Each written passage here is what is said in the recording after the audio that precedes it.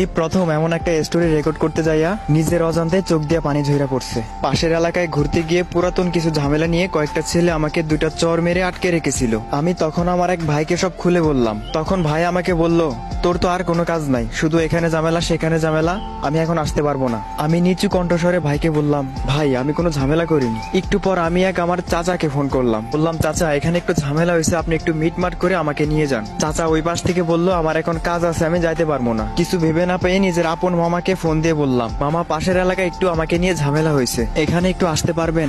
মামা মনে হয় কথাটা শুনে অনেকটা ভয় পেল। তারপর আমাকে বলল, তুমি তো জানোই আমি ঝামেলা টামেলা কম বুঝি, তুমি বরং তোমার বাবাকেই ফোন দাও, ভালো হবে। আমি নিচু গলায় বললাম, বাবাকে বলা গেলে এতক্ষণ আমি আপনাকে ফোন দিতাম না। আমি ততক্ষণে যা বাজার বুঝে গেছিলাম, চেয়েছিলাম বিষয়টা মীমাংসা হোক, তাই এতক্ষণ আত্মীয়দেরকে ফোন দিছিলাম।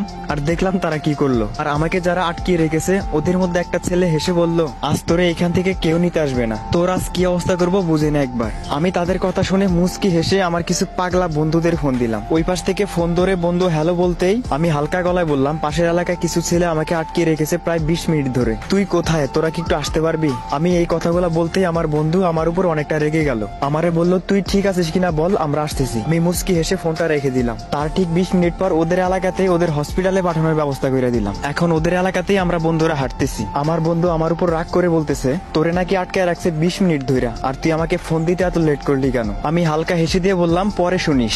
আসলে যাই হোক না কেন, জীবনে বন্ধুর সাথে কোনো সম্পর্কের তুলনা চলে না। আপনার সব রকম বিপদে বন্ধুই আপনার সাথে থাকবে। প্রচন্ড মন খারাপের সময় 2 মিনিট ফোন করে কথা বলার জন্য মানুষ না থাকলে তাহলে আপনি খুবই দুঃখী একজন মানুষ।